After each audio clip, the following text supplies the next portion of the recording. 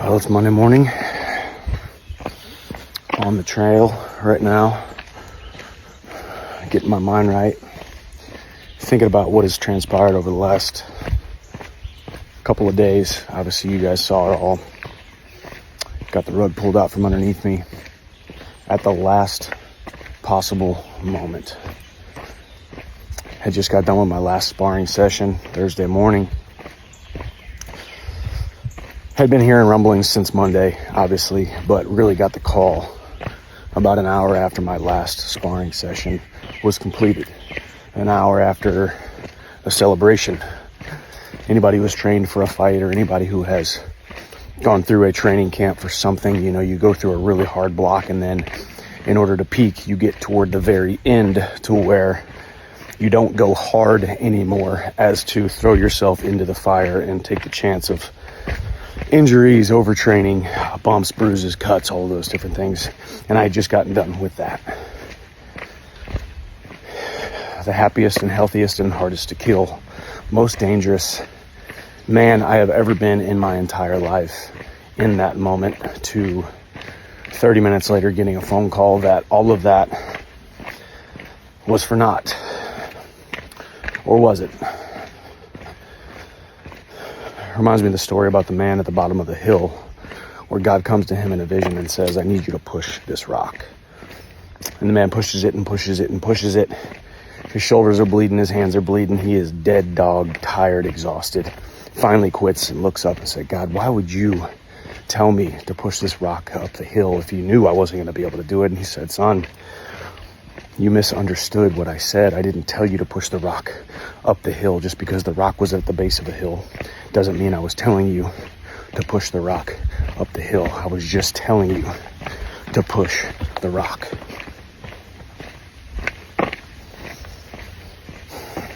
Sometimes in life, the best thing that you can be is just obedient to the cause, obedient to the grind, obedient to the process.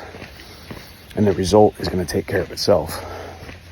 Whether that result is a letdown, whether that result is a delay, whether that result is a set of circumstances in which are out of your control. So what do I do now? A little bit of uncertainty in my life. When's this fight going to happen? What date would it be rebooked for? What venue? How bad is the injury? Reports have come out that it's not that bad, just needs a little bit of a delay, but it's still no guarantees. But I thrive in the no guarantees. Just a walk-on kid from High Ridge, Missouri, who has continued to trot in a forward trajectory, no matter what the opposition, no matter what the circumstances, no matter what the situation. It's not up to me to will outcomes into existence. It is up to me to do the work.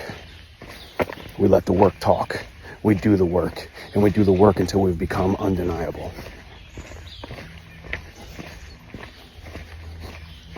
Don't you dare disrespect me by feeling sorry for me. Don't you dare disrespect me by having any kind of sympathy. Be emboldened by my situation. Be emboldened by my steadfastness and my immovability of hitching my dreams to a shooting star and continuing to move forward. If you've been on this journey with me for a long time, you know how I operate. You know where my mindset is, where my mental is. And it is nowhere near down in the dumps. I am emboldened by this test, and this test ain't done yet. And this test shall turn into part of my testimony. So we keep moving forward in the face of adversity with complete disregard to previous failures, previous setbacks, previous things outside of our control, and future opposition.